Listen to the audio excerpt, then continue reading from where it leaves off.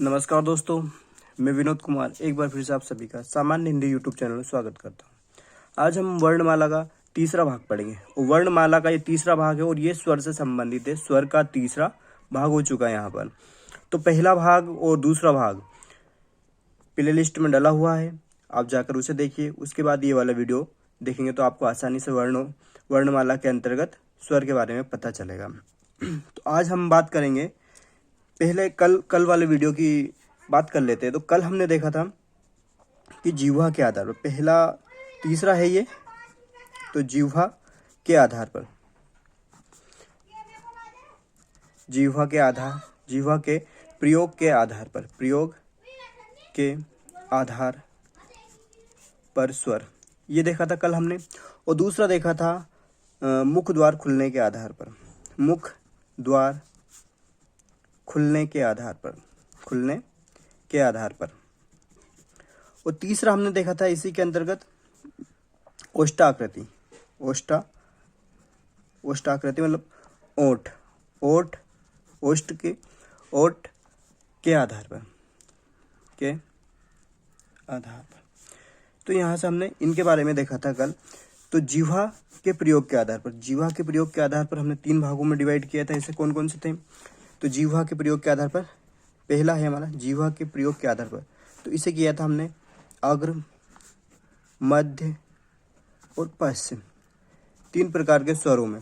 तो पहला ये वाला, तो जिह्वा के प्रयोग के आधार पर 3 टाइप से। और दूसरा ये वाला था हमारा कि मुख के प्रयोग के आधार पर, तो मुख के प्रयोग के आधार पर हमने इसे किया था 4 भागों में। तो मुख के प्रयोग के आधार पर पहला था हमारा संवृत, दूसरा अर्ध संवृत, तीसरा है अर्ध विवृत, और चौथा है विवृत। ठीक है, तो ये 2 टाइप तो ये हो गए थे, और इससे ये वर्णमाला के दूसरे वीडियो में है। और तीसरा इसी का है, वर्णमाला के सेकंड भाग की बात कर रहे हैं। और वर्णमाला का जो प्रथम भाग है उसमें स्वर के अंतर्गत 2 टाइप के हम पढ़ चुके थे, एक मात्रा के आधार पर, एक उत्पत्ति के आधार पर। और ये है तीसरा, ठीक है, जिह्वा के प्रयोग के आधार पर, मुख द्वार खुलने के आधार पर और ओष्ठाकृति के आधार पर। तीसरा था हमारा ओष्ठाकृति, तो इसे ओष्ठ के आधार पर या ओठ के प्रयोग के आधार पर इसको 2 भागों में, कौन कौन से? एक तो था व्रतमुखी, ठीक है, देखिए व्रतमुखी, और दूसरा था अव्रतमुखी। तो इस टाइप से हमने स्वरों को विभाजित किया था। अब यहाँ से हम आगे बढ़ाते हैं स्वर के बारे में। अब अगला है, यहाँ से स्टार्ट करते हैं हम कि उच्चारण स्थान के आधार पर। ये कल का वीडियो है, तो जिसे समझ में नहीं आया है कल का वीडियो, वो एक बार फिर से देखें, और फिर उसके बाद में ये वाला वीडियो देखें। यदि आप ये वाला आज वाला वीडियो देख रहे हो तो इससे पहले के 2 पार्ट्स डल चुके हैं स्वर के बारे में, वर्णमाला में, तो वो देखें, उसके बाद ही ये वाला आपको अच्छे से क्लियर हो पाएगा। ठीक है, उच्चारण स्थान के आधार पर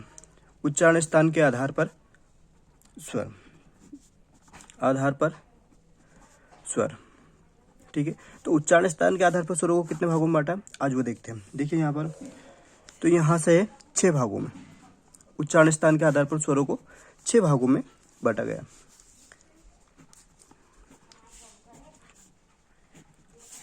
तो पहला है हमारा, इसमें देखिए आप, कंठ, पहला है कंठ, दूसरा है तालव्य, कंठ, तालव्य, और ओष्ठ, फिर है मूर्धा या मूर्धन्य, और कंठ तालव्य,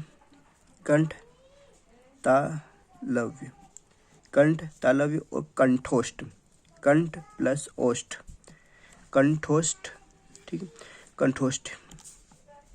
तो यहाँ से ये इस तरह से हो गए 6। तो कंठ है मतलब जो हमारा गला है, कंठ की बात कर रहे हैं, तो कंठ से उत्पन्न होने वाले, क्या? कंठ से उत्पन्न होने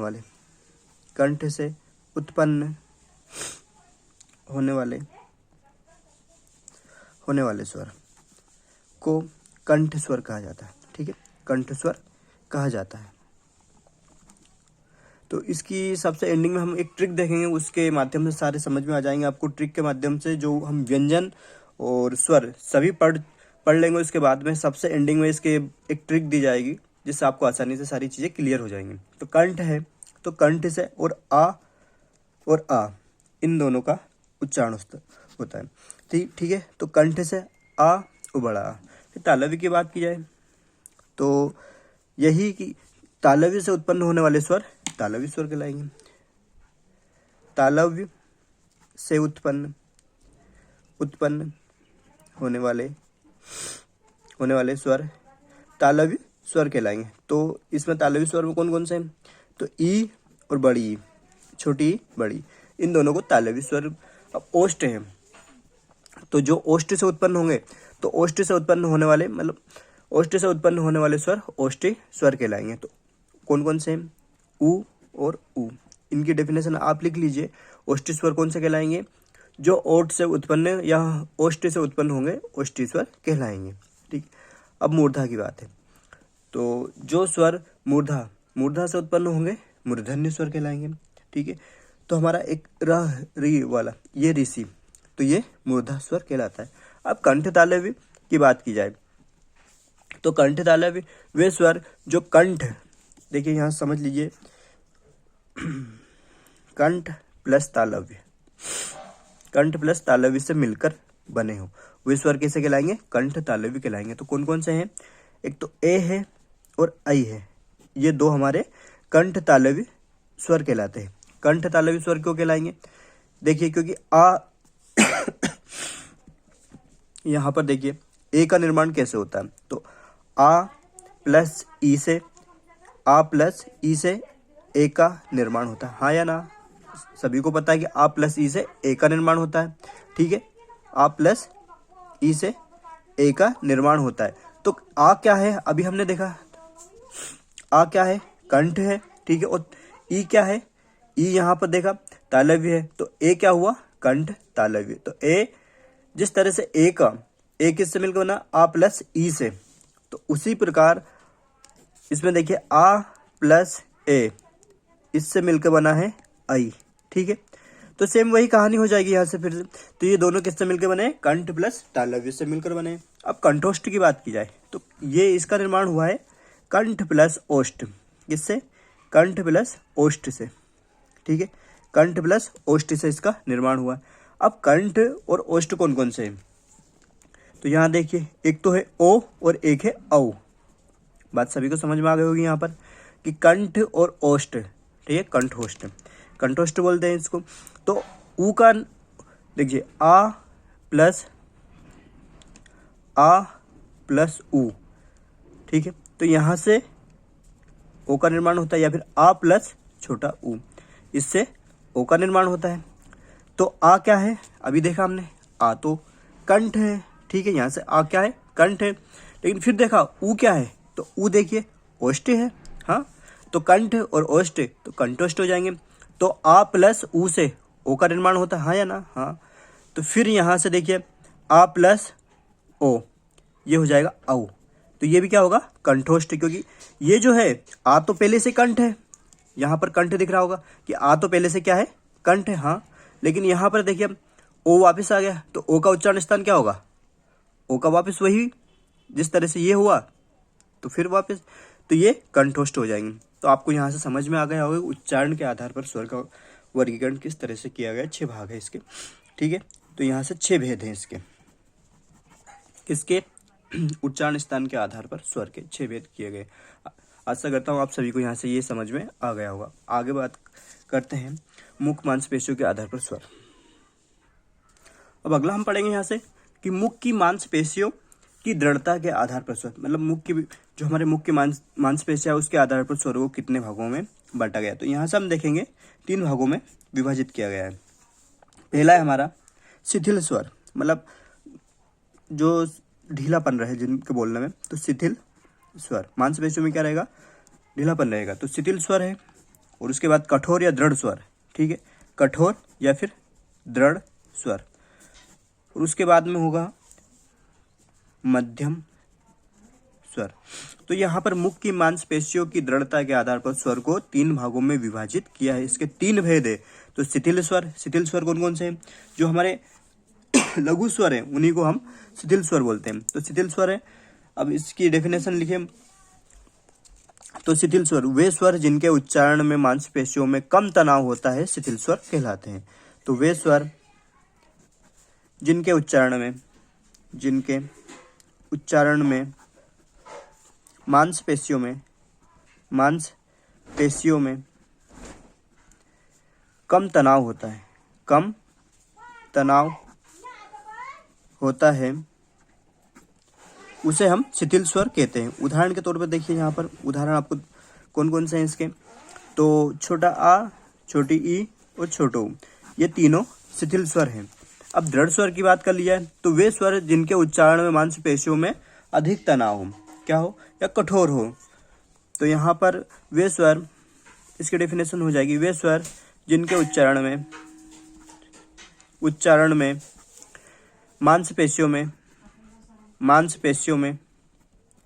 पेशियों में अधिक तनाव हो वे दृढ़ या कठोर स्वर कहलाएंगे। अब उदाहरण देखिए यहाँ पर, तो उदाहरण हो जाएंगे यहाँ पर, एक तो है ई, ऊ, आई और औ। तो यहाँ से कठोर स्वर या दृढ़ स्वर ई, बड़ी ई, ऊ, आई और औ।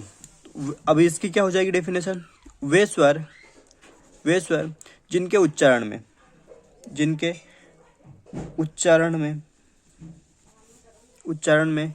मांसपेशियों में हल्का सा तनाव हो, क्या, हल्का सा तनाव, ज़्यादा नहीं ना कम भी नहीं, तो हल्का सा तनाव हो, वे कैसे कहलाएंगे, वे कहलाएंगे हमारे मध्यम स्वर। ठीक है, तो उदाहरण देखिए इसके मध्यम स्वर के, ए और ओ, तो ये हो जाएंगे हमारे मध्यम स्वर। तो यहाँ से आप सभी को क्लियर हो गया होगा कि मुख की मांसपेशियों के आधार पर स्वरों का वर्गीकरण 3 भागों में किया गया है। अब जाति के आधार पर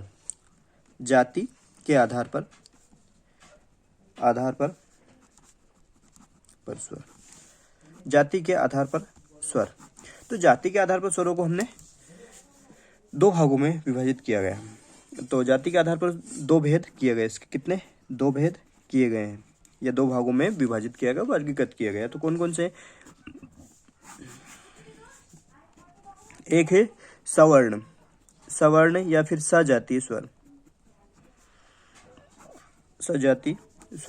या फिर इसे ऐसे भी लिख सकते हैं सजातीय स्वर, और इसे लिखेंगे विजातीय स्वर। तो इस तरह से इनको हम लिखेंगे।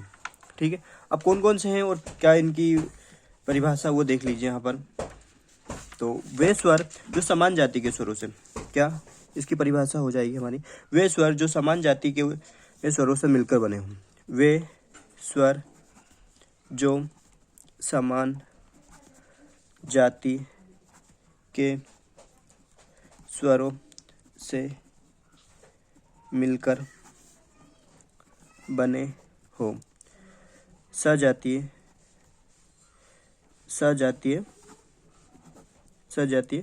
स्वर कहलाते हैं।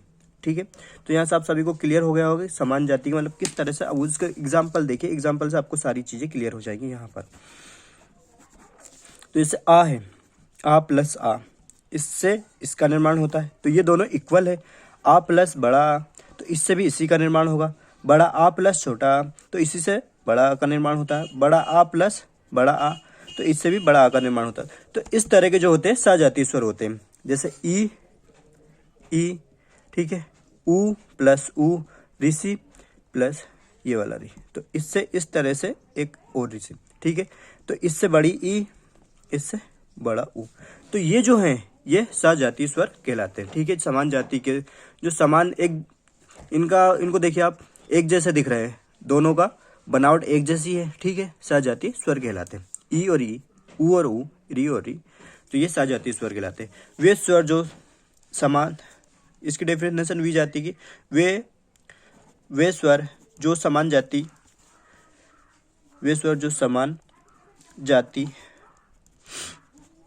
के स्वरों से मिलकर ना बने हो विजातीय स्वर कहलाते हैं। तो विजातीय किस टाइप के हैं? देखिए अब एक तो हमारा हो जाएगा ए, उदाहरण के तौर पर देखिए, यहाँ पर उदाहरण लिख रहा हूं मैं। तो ए से एड़ी, ऐ से ऐनक, ओ से ओकली, औ से औरत। तो ये 4 हमें देखने को मिलते हैं। अब देखिए यहाँ पर कि ए का निर्माण किस तरह से होता है। तो ए का निर्माण होता है आ प्लस ई से ऐ का निर्माण होता है, हाँ या ना? हाँ। और आ प्लस ए से ऐ का निर्माण होता है। तो ये इसकी बनावट और इसकी बनावट एक जैसी क्या? नहीं है। इक्वल है क्या? नहीं, बिल्कुल नहीं। आ प्लस ऊ, तो इससे होता है ओ, और आ प्लस ओ, तो इससे होता है औ। तो यहाँ तक आप सभी को समझ में आ गया होगा कि स्वरों का वर्गीकरण किस आधार पर किया गया है, जाति के आधार पर किस तरह से स्वर, मतलब समानता दोनों में इक्वल है, एक जैसी बनावट है तो सहजातीय स्वर है, और बनावट एक जैसी नहीं है, अलग अलग। देखिए आ प्लस ई ए, आ प्लस ए आई, आ प्लस ऊ, ठीक है, ओ, आ प्लस ओ औ। तो ये हो गए हमारे द्विजातीय स्वर। तो द्विजातीय स्वर हमारे 4 हो गए और सहजातीय स्वर ये 4 हो जाते हैं। ठीक है, तो आप सभी को यहाँ से समझ में आ गया, क्लियर हो गया। तो दोस्तों आज के लिए इतना ही काफ़ी है। धन्यवाद।